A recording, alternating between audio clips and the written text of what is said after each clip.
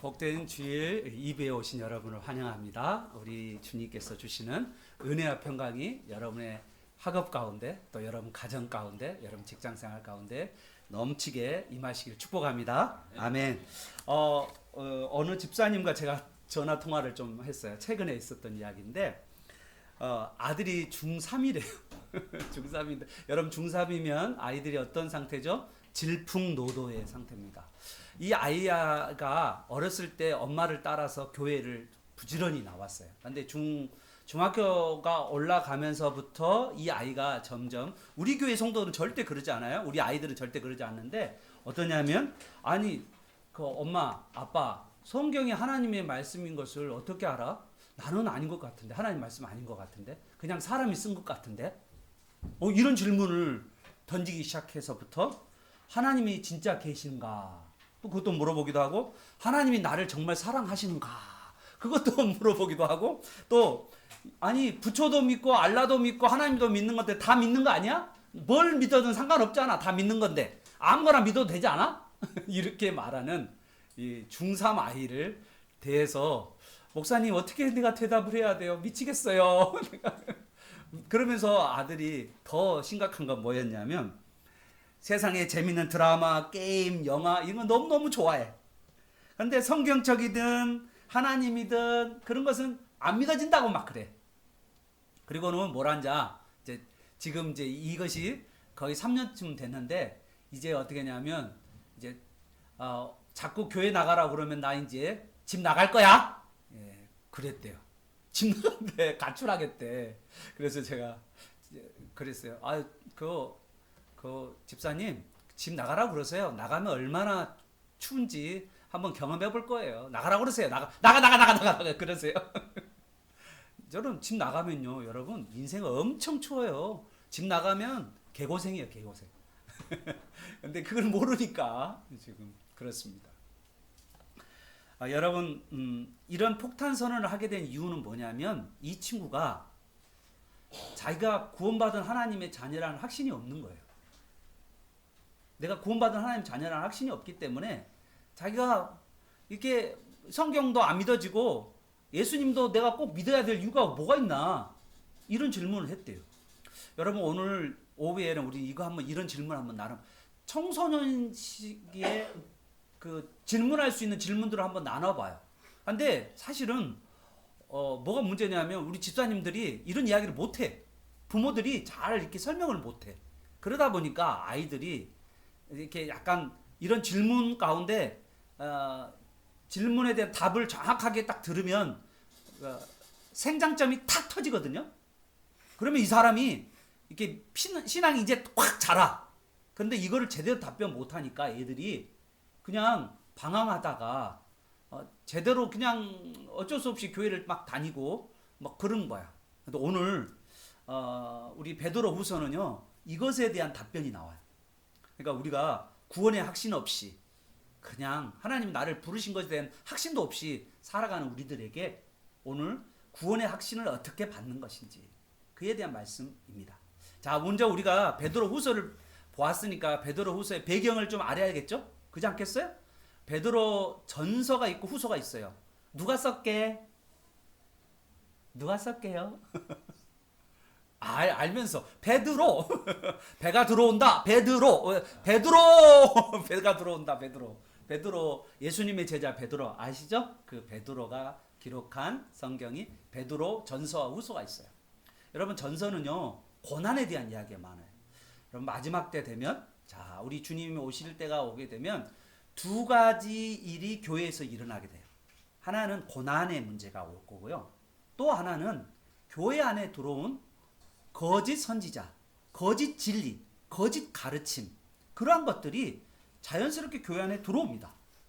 그래서 세상적인 생각들이 교회 안에 들어와서 하나님이 가르치는 이 복음, 이 성경 말씀이 왜곡이 돼요. 그래서 이 두 가지를 여러분 꼭 명심해야 돼요. 그러면 여러분이 어떻게 고난이 왔을 때도 어떻게 이겨나가며, 또 우리가 거짓 선지자, 거짓 선생들이 왔을 때 교회 안에 들어왔을 때 그걸 어떻게 해결할 것이냐라는 거예요. 이런 잘못된 가르침을 계속 받고 있다 보면 어느 순간에 내가 믿음이 떨어져요. 다른 하나님의 말씀을 안 듣고 자꾸 다른 이야기를 많이 듣다 보면 믿음이 떠나요. 그럼 하나님 또 멀어져 가요. 그런 일들이 이제 마지막 때가 되면 있을 거라는 거예요. 그래서 꼭 여러분 두 가지. 자, 마지막 때 일어날 두 가지 꼭 아세요. 첫 번째 핍박, 고난. 두 번째 뭐예요? 유혹, 거짓말. 이런 것들이에요. 자, 그러면 우리가 거기서 어떻게 깨어 있고 그리고 정확하게 분별하고 그리고 내가 구원의 확신 가운데 살 수 있을까라는 것이 오늘 말씀입니다. 자, 우선 여러분 베드로후서는요. 베드로후서에 이렇게 2장 3장에 가보면 베드로후서에 문제가 나와요. 어떤 문제가 나오냐면 2장에는 거짓 선지자, 거짓 교사들이 나와서 거짓 교사 2장 한번 잠깐 봐볼래요? 2장에 거짓 교사들, 거짓 선생님들이 교회 안에 들어와요. 그래서 뭐 하냐면 첫 번째 1절에 보면 자기를 사신 주님을 부인해. 예수님을 부인하는 사람들이야. 이 사람들이 예수님이 하나님의 아들이란 걸 부인해. 예수님은 사람의 아들이지 무슨 하나님의 아들이야? 이런 사람들이 이제 나오기 시작하는 거예요. 자, 두 번째 또 어떠냐면 이들은요 호색해. 막 육신의 정욕, 막 그 이성, 막 이런 것들을 너무 좋아해. 여러분도 가끔씩 이단들 보면 막 이단들의 TV에 나오잖아요. TV에 나오면 막 정명석 막 나오고 누구 나오고 막 그런 게 나오잖아요. 그러면 딱 두 가지 문제가 걸려 있어요. 이단들의 특징은 뭐냐면 성의 문제예요. 교회 안에 성의 문제가 있는 거예요. 성적인 문제가. 성도 간에도 성적인 문제가 있고요. 또 어떠냐면 목사와 또 교역자와 또 성도 간에도 문제가 있었어요. 이제 그러면서 나오잖아요. 정명석 막 이렇게 하면 거기에 딱 나오잖아요. 이게 이 거짓 사람들의 특징이에요. 두 번째, 두 번째는 성적인 문제고 세 번째는 뭐냐면요. 3절을 보십시오. 탐심이에요. 탐심. 그리고 돈의 문제 항상 있어요. 그래서 이단뿐만 아니라 여러분도 우리가 지금 어떤 문제가 생길 수 있냐? 첫 번째 성의 문제가 교회 안에 들어올 수가 있고요. 두 번째 뭐냐면 돈의 문제로 문제가 생길 수가 있다는 거예요. 여러분도 마찬가지고 나도 마찬가지고 이 마지막 때 일어날 수 있는 일이에요. 그리고 지금 그게 1세기부터 일어난 이야기고요. 2000년이 지난 지금도 이런 문제는 교회 안에 항상 있어요. 없는 거 아니에요. 그래서 우리가 깨어 있어야 돼요. 그러다 보면 이런 사람들의 영향을 받다 보면 내가 신앙이 자라요 안 자라요? 안 자라. 믿음이 없어. 그러면 구원의 확신이 있어요 없어요? 없어요. 그렇게 살아가는 거예요. 자, 오늘 특별하게 3장에서는 베드로후서 3장에 가보면 재림이 없다. 이들이 뭐라고 하냐면 예수님이 언제 와? 말도 안 돼. 예수님 온다는 약속 어디 있어? 성경에 나와 있어? 성경에 나와 있냐고. 여러분 성경에 예수님 온다는 약속이 있나요 없나요? 예수님이 다시 오신다는 약속이 있나요 없나요? 있어요. 여러분 왜 모를까요? 성경을 안 보니까. 성경을 무시하고 지 마음대로 말하니까. 성경을 몰라요. 아예 성경 자체를 몰라. 성경을 읽지도 않는데, 성경을 모르는데, 그 예배 시간에 집중하지 않은데, 그러면 어떻게 될까요? 당연히 하나님의 말씀을 모르는 거예요. 그러니까 뭐냐면 야 재림이 어디 있냐라고 그렇게 반문하는 사람들이 있다는 거예요. 우리도 마찬가지예요. 우리도 어떠냐면 성경을 안 보고요. 그냥 이렇게 신앙생활 하잖아요. 그러면 잘 몰라요. 30년 다녀도 잘 몰라요. 참 가슴 아픈 이야기예요.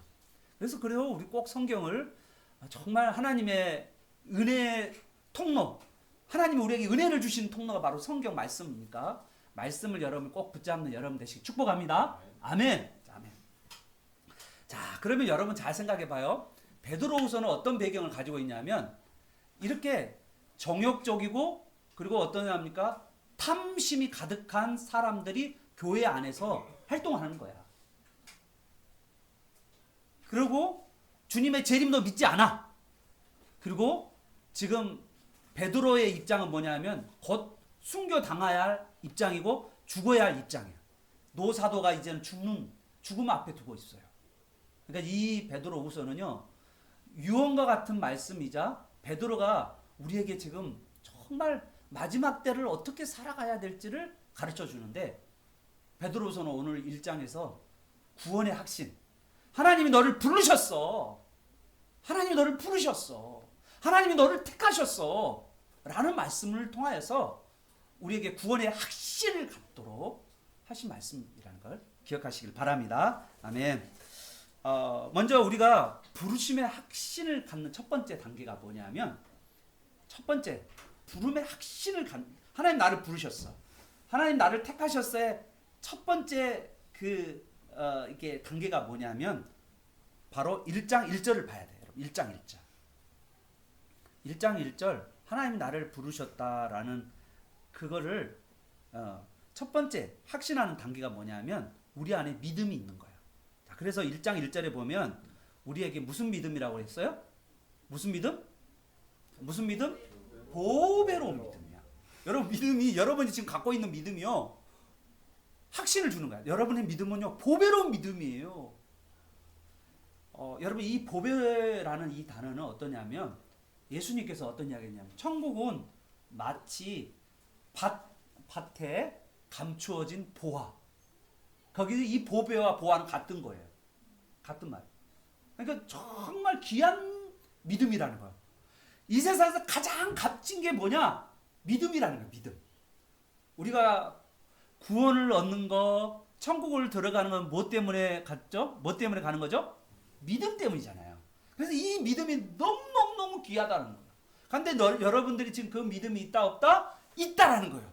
그것도 어떤 믿음이다? 그 믿음이 여러분 모르겠지만 이 믿음은 보배로운 믿음. 세상에 어떤 것도 바꿀 수가 없는 아주 귀한 믿음이다.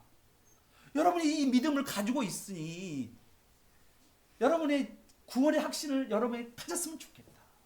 지금 현재 여러분이 예수님의 십자가를 믿고 예수님의 재림을 믿고 그리고 영원한 천국을 믿는 사람이니 여러분 그 믿음을 가지고 있는 사람이 구원의 확신을 가졌으면 좋겠다. 지금 그렇게 말씀하고 있는 겁니다. 여러분 이 보배로운 믿음 위에 우리가 나아가야 될 것이 있다라고 말합니다. 어떻게 이 보배로운 믿음이 성장해 갈 수 있는 거냐. 여러분 이제 이 2장과 3장의 배경을 보면 어떠죠?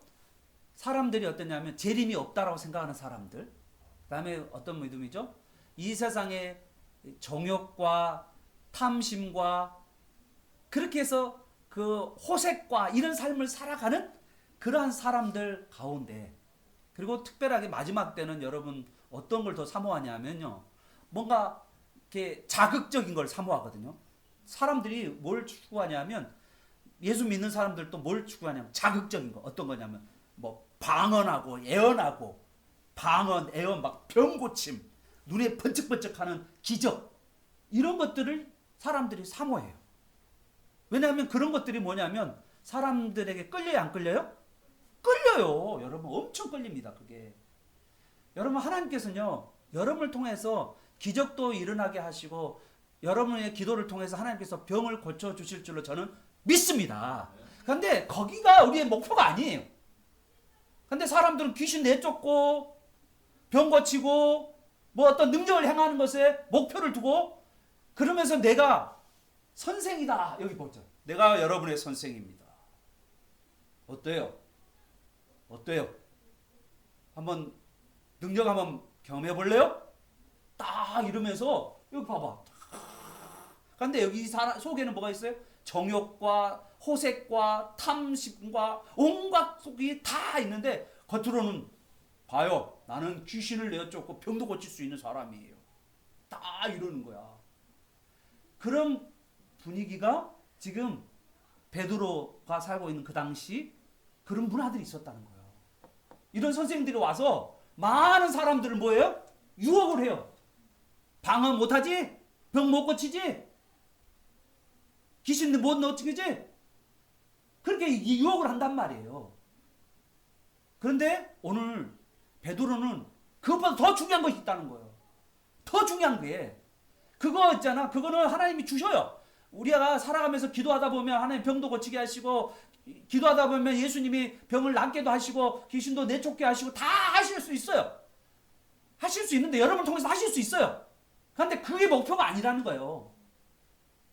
그게 여러분의 하나님의 부르신 목적이 아니란 말이에요. 여러분이 구원받은 확신을 어디서 받을 수 있냐면 병 고치는 데서 구원받은 확신을 갖지 말라는 거예요. 방언하는 데서 구원의 확신을 갖지 말라는 거예요. 내가 귀신을 내쫓는 데서 내가 구원받은 백성이고 그걸 확신을 갖지 말라는 거예요. 그거는 아니라는 거예요. 그건 구원의 확신이 아니라는 거예요. 우리가 구원받을 확신은 뭐냐? 오늘 이제 이게 나오는 거예요. 구원받은 확신. 오늘 구원받은 확신을 여러분 모두가 다 소유하는 자 여러분 되시 축복합니다. 아멘. 자, 그러면 여러분 이제 구원받은 확신은 어떻게 해서 생기냐면 이런 거예요. 이 믿음에서 생기는데 여러분 어떤 믿음이냐면 잘 해야 돼요. 3절과 4절이요. 3절과 4절이 5절, 6절, 7절에 대한 이유와 근거가 돼요. 제 말을 잘 들어야 돼요. 지금 베드로는 5절, 6절, 7절에 5절, 6절, 7절에 8가지의 예수님의 성품을 힘써 공급하라, 힘써 행하라 그렇게 말하고 있어요. 그러니까 지금 어떤 명령이 떨어졌어요. 명령을. 그런데 그 명령의 원인이 어디에 있냐? 그렇게 살 수 있는 원인이 어디에 있냐가 3절과 4절이에요. 3절과 4절이 있기 때문에 우리가 5절, 6절, 7절을 힘써 행할 수가 있다는 사실을 믿는 여러분 되시길 바랍니다. 3절과 4절이 그래서 엄청 중요한 거예요. 여러분 신앙생활이라는 게 뭐냐면 이런 생각할 땐 사람이 있어요. 신앙생활에 내가 열심히 노력하면 나는 신앙생활 잘 할 수 있다라고 생각하는 사람이 있어요. 근데요 절대 그러지 않아요. 여러분 신앙생활이란 뭐냐? 믿음생활은 뭐냐면 3절과 4절을 믿는 거예요. 믿으시면 아멘. 3절과 4절. 3절과 4절을 한번 우리 읽어봐요. 3절과 4절을 믿어야. 우리 믿어야 돼. 이걸 믿어야 돼. 먼저 하나님이 우리에게 주신 것이 뭔지 3절과 4절 한번 봐봐요. 우리 같이 한번 읽어보겠습니다. 이거 진짜 중요해요. 이거를 먼저 확신하지 않으면 우리가 순종이나 행함은 불가능해요. 자, 우리 3절 4절 읽어볼까요? 시작. 그의 신기한 능력으로 생명과 경건에 속한 모든 것을 우리에게 주셨으니. 누가 주셨을까요? 예, 예수님이 그 신기한 능력으로 뭘 주셨어요? 생명과 경건에 속한 모든 것을 우리에게 뭘 주셨다고요?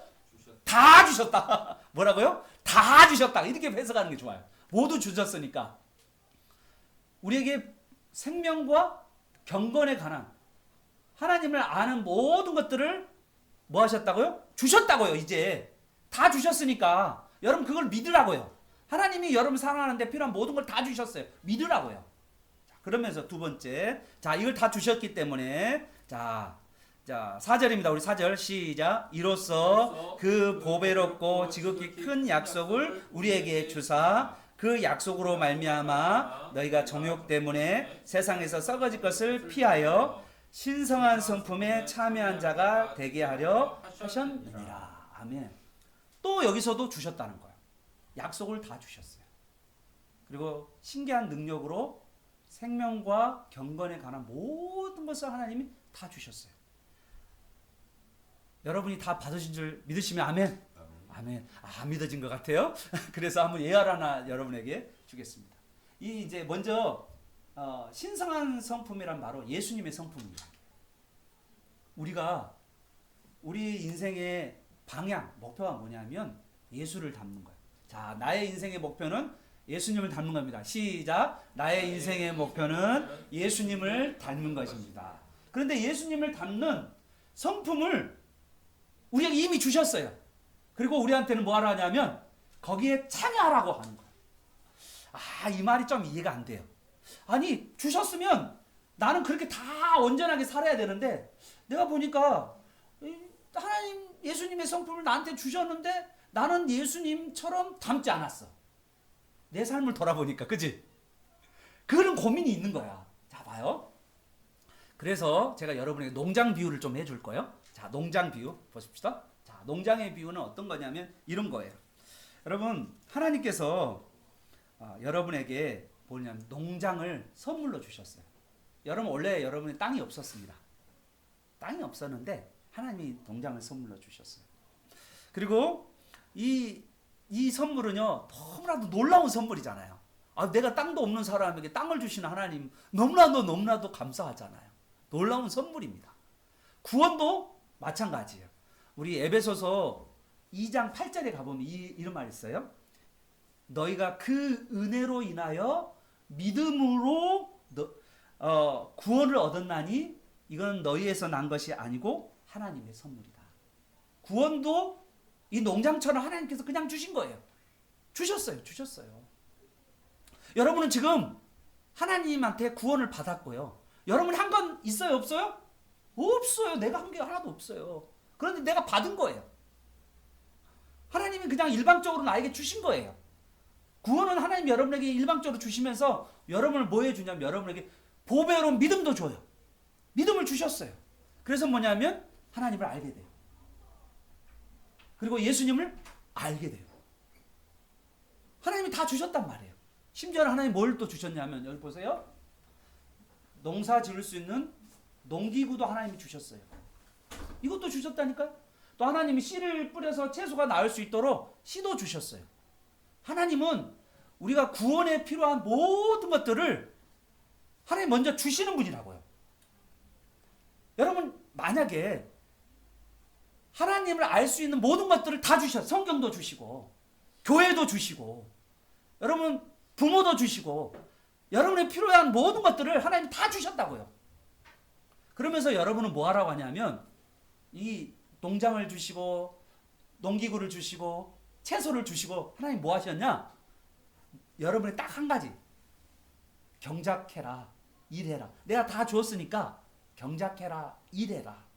그리고 여기 있는 모든 풍성한 열매를 너가 경작한 만큼 일한 만큼 열심히 주님을 위해 살아가는 만큼 그만큼 너가 풍성한 열매를 맺혀주게 해줄 거다는 거예요. 여러분 오늘 우리는 어떠냐면 하나님이 주신 것을 가지고 어떻게 살아야 되냐? 오늘 여기 보십시오.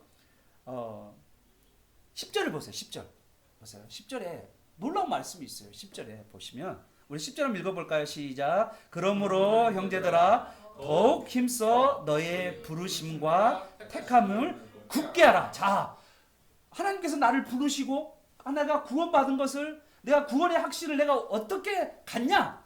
내가 하나님의 부르심을 어떻게 굳세게 하냐? 그건 딱 한 가지예요. 여기 나오세요. 8절 보면 너희가 이것을 10절에 보면 너희가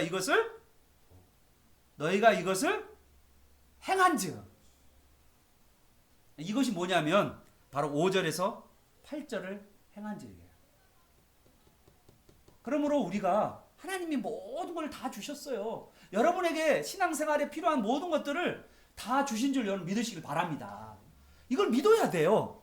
하나님이 여러분 성경도 주셨죠? 안 줬어요?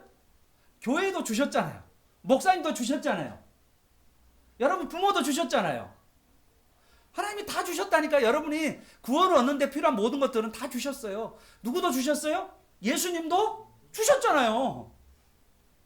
예수님만 주셨어요? 천국도 주셨어요. 여러분에게. 여러분 다 주셨단 말이에요. 그런데 어떠냐면 왜 예수님을 느끼지 못하고 왜 체험하지 못하고 왜 하나님을 체험하지 못하고 왜 내 삶의 천국을 맛보지를 못하고 왜 하나님이 야 이게 성경이 하나님의 성경책이야? 이거 하나님의 말씀이야? 안 믿어져? 왜 이런 반응이 일어날 거야? 왜 하나님이 나를 사랑해? 안 믿어져? 왜 그렇게 말하나요? 여러분 스스로 한번 생각해 보세요. 나는 진짜 하나님이 나를 사랑하시는지 여러분 믿어지십니까? 하나님이 나를 사랑하는 걸 느껴지나요? 하나님이 나를 사랑하신 것을 정말 내가 체험하고 있나요?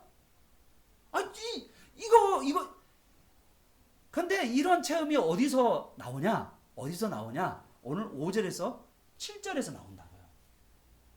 다른 데서 나오지 않고 5절과 7절 예수님을 닮아가는 삶을 살아가면서 우리는 뭐 하냐면 바로 신의 성품에 참여할 뿐만 아니라 구원의 확신을 얻게 돼요.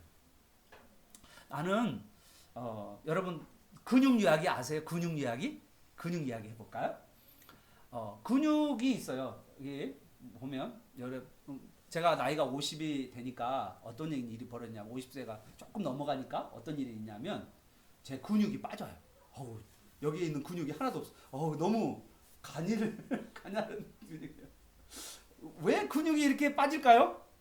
여러분 아는 사람. 나이가 들면 왜 근육이 빠질까요? 예? 예? 아, 지방이 빠져서. 예. 또요. 왜 근육이 빠질까요? 하나님이 나를 근육 줬어요, 안 줬어요? 예. 하나님 나에게 영혼도 주시고 근육도 주시고 하나님께서 이 근육을 통해서 힘도 주셨어요. 내가 살아가는데 필요한 모든 것들을 하나님께서 내 몸에도 다 주셨어요. 그죠? 주셨죠? 그런데 내가 어떠냐면 50세가 되니까 점점 뭐 하냐면 이 팔을 잘 안 쓰는 거예요. 옛날에는 막 젊었을 때는 막 달리기도 하고 막 복싱도 하고 막 이렇게 해 살았어. 그런데 지금은 뭐예요? 잘 안 해. 그리고 뭐 앉아가지고 책만 봐. 그리고 앉아가서 기도해. 그리고 앉아가지고 막 신방 이렇게 하고 사람들 만나고 대화하고 막 이러고 있어. 그러니까 여기에 이 팔이 어떻게 하냐면 자꾸 활용해야 되거든. 써야 되거든. 써야 이게 점점 이게 알통이 생기잖아. 알통도 생기고 근육도 생기는데 하나님이 이 좋은 것을 다 주셨는데 나는 뭐요? 안 써. 사용하지 않아. 그러면 어떻게 될까요? 내가 점점 빼빼 마르고 야이고 병들잖아요. 하나님이 나에게 주신 것이 있어요. 이 성경 말씀을 나에게 주셨는데 내가 성경 말씀을 활용해 안 해요? 안 해. 하나님께서 교회를 주셨는데 이 교회 안에서의 삶을 교회 생활을 안 해. 하나님께서 나에게 필요한 모든 것들을 영적인 필요한 모든 것들을 다 주셨는데 내가 안 해. 그러면 나는 뭐예요? 근육량이 빠지듯이 그렇게 쭉쭉 빠져서 야위어지는 거예요. 자꾸 모이기를 힘쓰고 또 자꾸 뭐야 합니까? 말씀을 가까이 하고 자꾸 주님을 닮아가려고 그러고 주의 성품을 알아가야 되는데 내가 거기에 관심이 없어. 어디에 관심이 많아? 게임, 드라마, 영화, 유튜브 거기에는 너무나도 관심이 많은데 그런데 나는 하나님에 대해서는 하나님에 대한 알고자 하는 마음들은 없는 거야. 영적인 근육이 어떻게 해요? 없는 거야 우리가. 하나님은 우리에게 다 주셨는데 얼마나 좋아요. 하나님은 우리에게 다 주셨는데 나는 영적 근육을 사용하지 않고 그냥 가만히 내버려 두고 있는 거야. 성경책도 던져버리고 좋은 성경책 받았는데 그 성경책 던져버려. 하나님께서 좋은 아름다운 교회를 줬는데 교회와 친하지도 않아.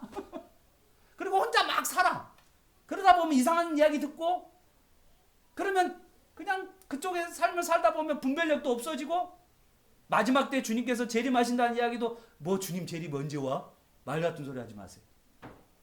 예수님이 날 사랑해요? 말 같은 소리 하지 마세요. 성경책 하나님 말씀? 말 같은 소리 하지 마세요. 뭐 사람이 기록했지 무슨 성경이 하나님의 말씀이에요? 성경을 읽어보면 이 성경이 하나님의 말씀인 것을 분명하게 알 수 있어요. 성경을 읽으면 분명히 하나님이 우리를 사랑하는지를 분명히 알 수가 있어요. 성경을 읽어보면 우리가 주님이 재림하는 이야기를 분명히 알 수 있어요. 그런데 우리는 뭐냐면 그 재림을 알기 때문에 내가 어떻게 살아요? 예수님을 꼭 닮은 삶을 살아가는 삶을 살아갈 수가 있는 거예요. 그런데 내가 하나님의 이 은혜의 통로를 내가 받질 않아. 그리고 하나님이 은혜를 주시겠다고 기도하라고 말씀하시거든요. 너에게 주시겠다고 기도하라고 말씀하는데 우리는 기도도 안 하. 그러면 어떻게 해요? 우리 자신이 점점점 이 영적인 근육이 없어가지고 믿음이 없는 삶을 살아가는 거예요. 전혀 하나님을 느끼지도 못하고 하나님을 경험하지도 못하고 예수님에 대해서 알지도 못하고 그렇게 살아가는 거예요. 근데 내가 어떻게 하면 근육을 쓰면 쓸수록 어떤가요? 내가 하나님의 말씀을 읽으면 읽을수록 내가 기도하면 할수록 점점점 하나님이 주시는 모든 것들을 내가 체험하게 된다는 거예요. 경험하게 된다는 거예요. 목사님 저 해봤는데요. 안 되던데요? 목사님 저 성경 읽어봤는데요. 잘 안 되던데요? 목사님 저 기도해봤는데 안 되는데요? 목사님 나 예배 드려봤는데 뭐 별로 이렇게 느껴진 거 없던데요? 여러분요. 뭐가 부족할까요? 오늘 말씀 보세요. 5절하고 10절을 보세요. 동그라미 해야 돼요. 5절하고 10절 뭐라고 하냐요? 더욱 5절하고 10절 더욱 힘쓰라. 더욱 힘써라. 더욱 집중해라. 우리가 흐트러지지 말고 더욱 집중하라는 거예요. 하나님의 공급하심이 다 있는데 그 공급하심을 따라서 우리가 더 집중하면 된다는 것입니다. 자, 이제 하나님이 예수님의 성품을 한 8가지 정도 말씀하셨는데 그 예수님의 성품을 우리가 그 성품에 참여하기를 더욱 힘쓰는 저와 여러분 되시길 축복합니다. 자, 그러면 오늘 딱 8가지 설명하고 마무리할까 합니다. 딱 8가지. 이제 첫 번째. 자, 첫 번째는요. 우리가 예수님의 성품을 이렇게 닮아가야 되는데 우리가 이 예수님의 성품을 닮아가다 보면 우리는 점점 뭘 하냐면 구원의 확신을 받게 돼요. 내가 구원받은 자녀라는 것을 알게 돼요. 하나님이 나를 부르셨다는 걸 알게 돼요. 하나님께서 나를 택하셨다는 것을 나는 알게 됩니다. 그러니까 이 성품이 8가지를 여러분이 이 성품은요. 이 성품을 누가 경험했냐면 베드로가 예수님의 제자 베드로가 경험한 거야. 여러분 베드로가 경험한 거를 마지막에 유언처럼 여러분에게 말씀하고 있는 거예요. 지금 베드로는 지금 죽음을 앞에 두고 이 편지를 여러분에게 나누고 있는 거예요. 자, 그런데 정말 중요한 이야기를 하는 거예요. 여러분 마지막 사람이 정말 중요한 이야기를 할까 안 할까요? 마지막에 내가 죽었는데 인생이 가장 중요한 이야기를 해야 되잖아. 오늘 이 이야기는 너무나도 중요하다는 이야기. 예수님을 닮아가는 8가지 성품. 이 성품을 여러분이 힘써서 여러분이 지켜가는 그리고 힘써서 이 말씀을 이렇게 힘써서 알아가고 배워가고 그리고 행하는 여러분 되시기를 축복합니다. 자, 첫 번째는요. 베드로는 우리 5절에 보니까 믿음이라고 그랬어요. 그죠? 여러분 믿음 그러면 어떠냐면 하나님이 하신 일에 대해서 반응을 보이는 거예요. 믿음이라고 그래요. 뭐라고요? 하나님이 하신 일. 자, 하나님이 하신 일이 뭐예요? 하나님께서 뭐예요? 우주를 창조하신 하나님이시죠? 그리고 나를 창조하셨죠? 또 뿐만 아니라 뭐예요? 내가 죄에 빠져 있을 때 누구를 보내셨죠? 예수님을 보내셨죠. 그리고 예수님이 죽으셨다가 몇 일 만에 3일 만에 부활하셔서 우리들에게 뭘 줘요? 예수를 믿는 자에게는 부활의 몸. 썩지 않고 병들지 않고 쇠하지 않는 부활의 몸도 우리에게 주셨어요. 여러분, 우리 예수님께서 그렇게 우리를 주셨단 말이에요. 그리고 우리 안에는 누가 들어오셨어요? 예수님의 영인 성령이 들어와셨어요. 그래서 여러분이 삼위일체 하나님께서 여러분을 위해서 이렇게 많은 일들을 하신 것을 여러분 믿는 거예요. 여러분 믿을 때 여러분 안에는 뭐가 생기냐? 그 다음에 덕이 생겨요. 덕이. 자, 덕이. 덕은요. 여러분 헬라 철학에서 가장 많이 사용되는 단어가 그 그리스 로마 시대에 그 당시에 가장 많이 쓴 단어가 뭐냐면 덕이란 단어예요. 덕이 뭐냐면 탁월함입니다. 탁월함. 근데 믿음이 뭐 해야 되냐면 탁월해야 된다는 거예요.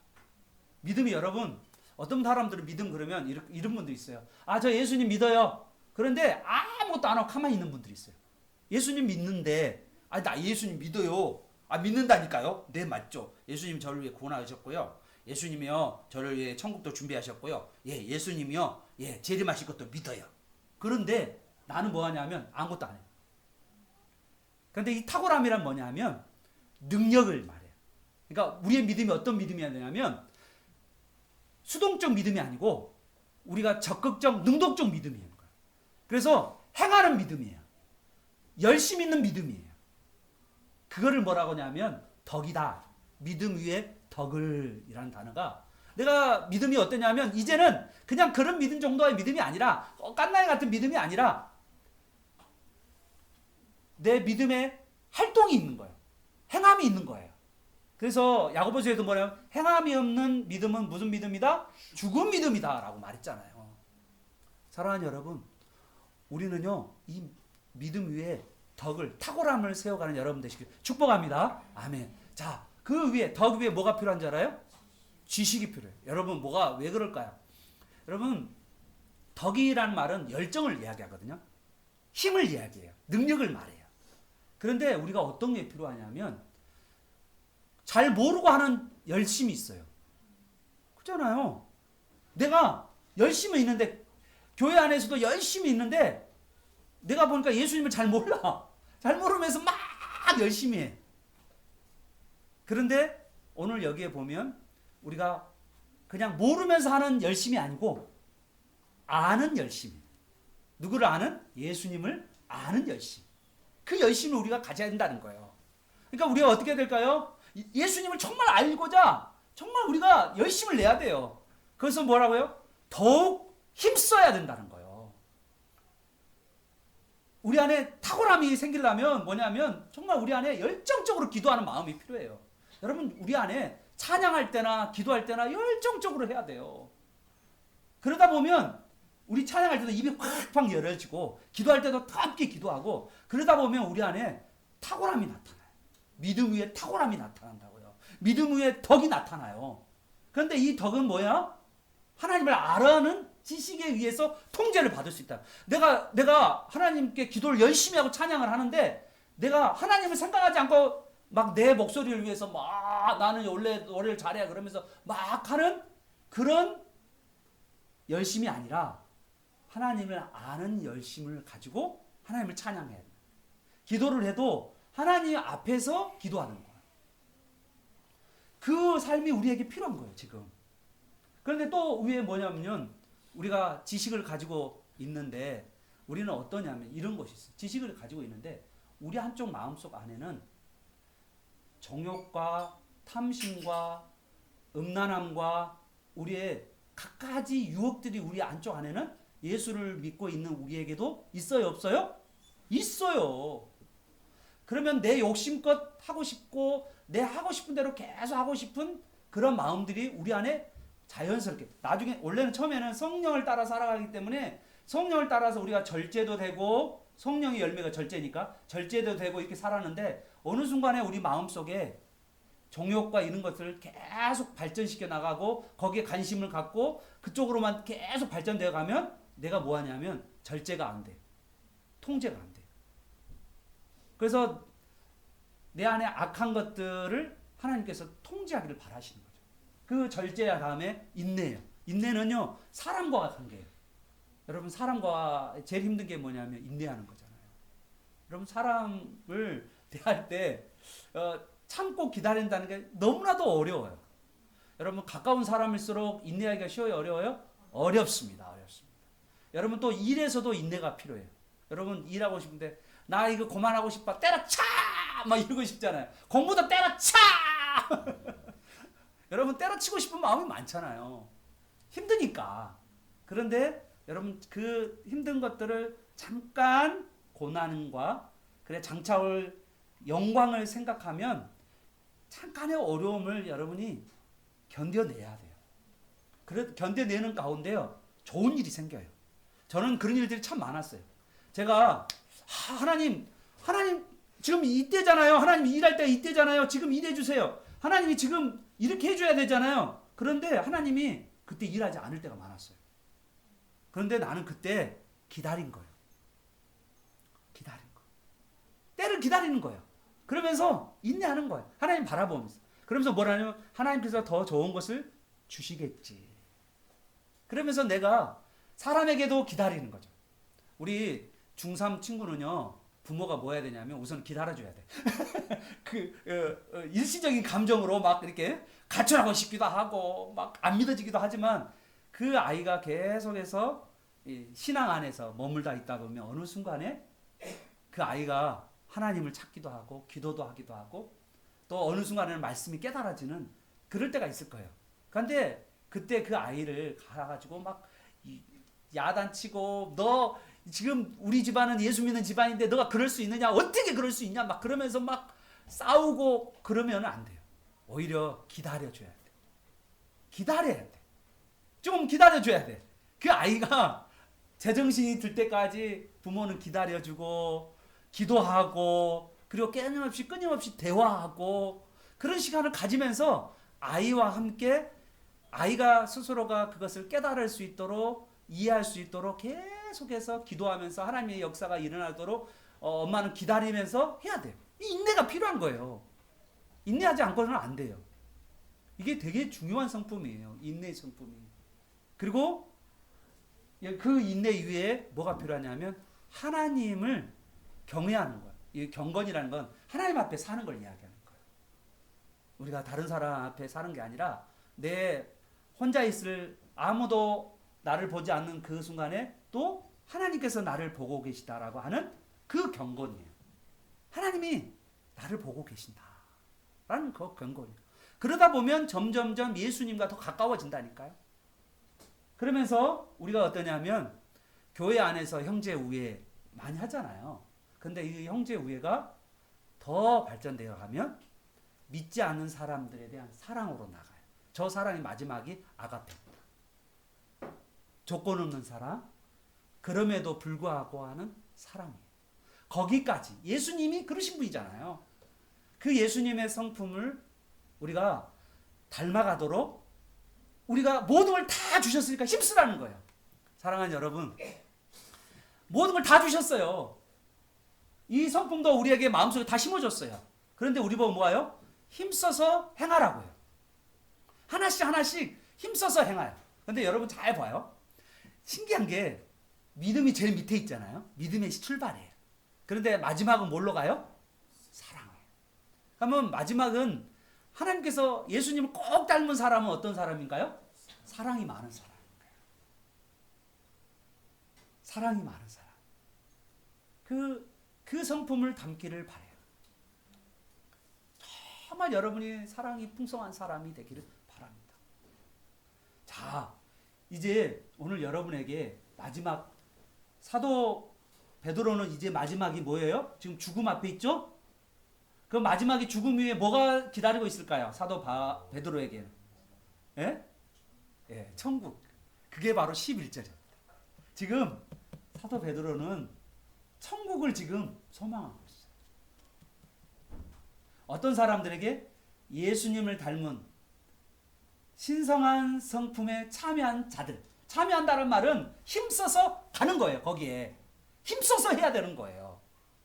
그냥 말씀을 그냥 대충 예수님 닮은 것도 대충 그런 사람들은요 나중에 미끄러져요. 여기 보면 뭐라고 써있냐면 실족한다는 말이 나와요. 실족한다. 미끄러진다. 또 뭐가 나오냐면 이러한 사람들은 옛 죄가 9절에 보면 옛 죄가 깨끗하게 된 것을 잊어버린다.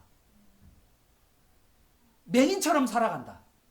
내가 힘쓰지 않으면 예수님을 닮고자 힘쓰지 않으면 내가 영적인 은혜의 수단인 말씀과 기도에 힘쓰지 않으면 예수님을 닮고자 하는 그런데 힘쓰지 않으면 우리는 실족하고 열매 없는 자가 되고 맹인이 되고 우리가 죄 용서 받은 것을 잊어버린 자가 되어버린다는 거예요. 그런 사람이 만약에 죽음 앞에 선다. 여러분 그런 사람이 죽음 앞에 다 잊어버렸어. 내 죄를 용서받은 것도 잊어버렸지. 나는 완전히 실족해서 저는 죄악 가운데 깊이 빠져있지.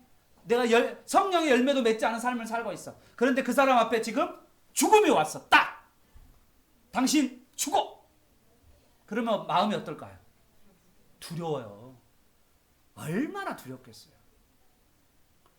그 죽음이 죽고 싶지 않은 거야. 이를 팍팍 걸면서 안 죽어 그래. 저도 신방 가다가 그런 분 봐요. 예수 믿는 분인데도 두려워서 벌벌벌 떨고 있는 사람이 있어요. 왜요? 그 사람은 신앙생활이 예수님을 닮아가는 신앙생활이라는 걸 평소에 몰랐단 거야. 그런데 여러분 11절 보세요.